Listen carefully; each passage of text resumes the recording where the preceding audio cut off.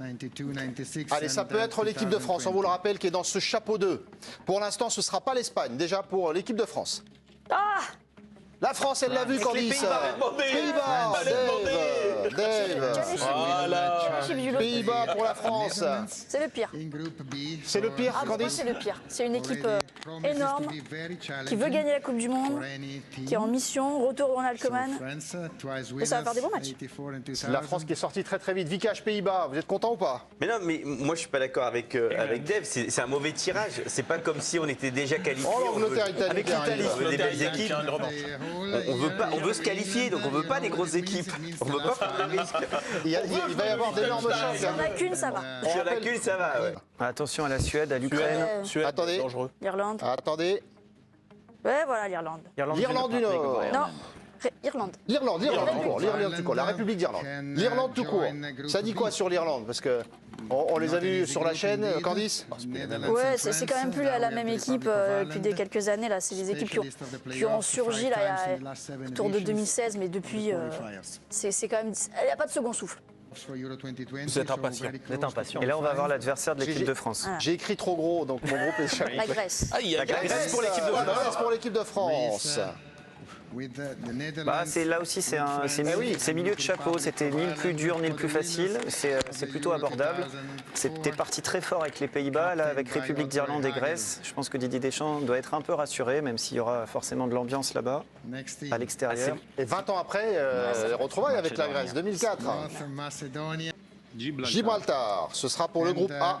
Il ne peut pas être avec l'Espagne, non, pardon. Ah, voilà, Non, là, là, il y a de la Là, ça politique. fait partie des problèmes géopolitiques, donc Ça ça sera c'est pour chez nous. l'équipe de France. Ça atterrit avec les Bleus. Eh ben on prend. Ben voilà. Ouais. Très bien. Oui, vous Gibraltar pour l'équipe de Gibraltar, France. c'était probablement la sélection la plus abordable du chapeau 5. Donc on prend. Qu'est-ce que vous pensez de ce tirage au sort?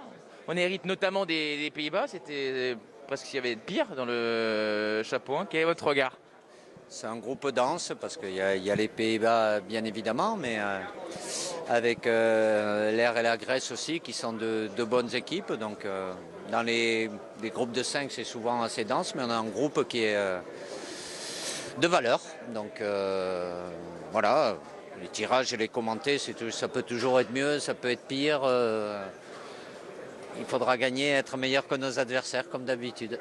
Il y avait deux possibilités, groupe de 5 ou groupe de 6. Est-ce que vous avez un avis là-dessus? Qu'est-ce que vous préféreriez ou non? Enfin, qu'est-ce que ça change en tant que sélectionneur? Peu importe les préférences, la question à se poser, est-ce que c'est plus facile de se qualifier dans un groupe de 5 ou un groupe de 6?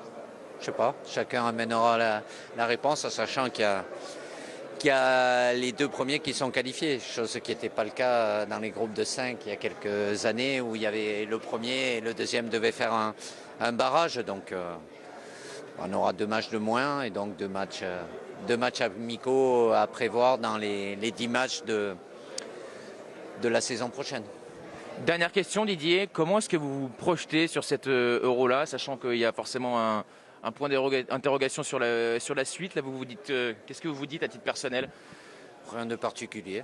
Voilà, je connais les adversaires pour ces matchs de qualification et mon énergie est focalisée sur ce qui nous attend dans 2 mois, bien évidemment, en sachant le calendrier qu'il y aura pour l'année d'après. Mais l'objectif prioritaire aujourd'hui, c'est évidemment la Coupe du Monde. Merci beaucoup Didier, à bientôt, parce qu'il y a des choses à nous annoncer, je pense, sous peu. Sous peu, on dira ça comme ça. Sur ce groupe, vous pouvez espérer mieux, on pouvait espérer moins bien, qu'est-ce que vous pensez? On le saura qu'à la fin. Enfin, en tout cas, Non, pas ça. Hein. l'équipe de France ne le saura qu'à la fin. Mais je trouve que c'est un groupe compact qui s'annonce assez serré. Évidemment, les Pays-Bas, tout le monde connaît les Pays-Bas avec ses forces et aussi ses faiblesses, plus la République d'Irlande qu'on avait connue en 2016, l'équipe de Grèce, voilà, sans oublier Gibraltar, bien entendu. Voilà, ça dépendra aussi du calendrier. Hein. Ça aura son importance en fonction des premiers matchs qui seront joués.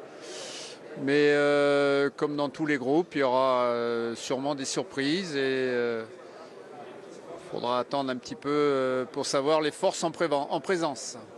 vous posez la même question qu'à Didier. Il y avait soit l'option d'un groupe A5 ou d'un groupe A6 en tant que technicien. Qu'est-ce que ça pouvait changer pour vous?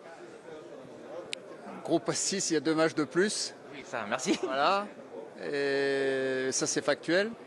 Et groupe A5, ça veut dire qu'il y aura 2 dates de libre dans les prochains mois et que ça sera l'occasion de faire des matchs amicaux, des matchs de préparation. Ce qui est important, c'est qu'il y a 2 qualifiés d'office, qu'il y a une autre équipe qui sera rattrapée en fonction des éléments de la Ligue des Nations. Voilà, c'est difficile à dire comme ça aujourd'hui, mais bon, peut-être qu'un groupe de 5, c'est préférable, peut-être. Là aussi, comme à Didier, ce tirage au sort il est particulier parce qu'entre-temps il y a la Coupe du Monde, il y a aussi un point d'interrogation sur la prolongation de contrat au don. Dans quel état d'esprit vous êtes? Qu'est-ce que vous dites là au moment où vous êtes en notre compagnie pour ce tirage qui débutera qu'après la Coupe du Monde évidemment? Ben là on est surtout focus sur la Coupe du Monde. Faut pas se raconter d'histoire. On est à 1 mois de la liste, on est à 6 semaines du premier match. Donc on est forcément focalisé sur la Coupe du Monde, sur la préparation. Voilà, on va se voir avec l'ensemble du staff la semaine prochaine pour finaliser les derniers points sur la préparation. Voilà, évidemment que la préparation de ce championnat d'Europe, il passe au second plan aujourd'hui. Merci Guy, à très bientôt.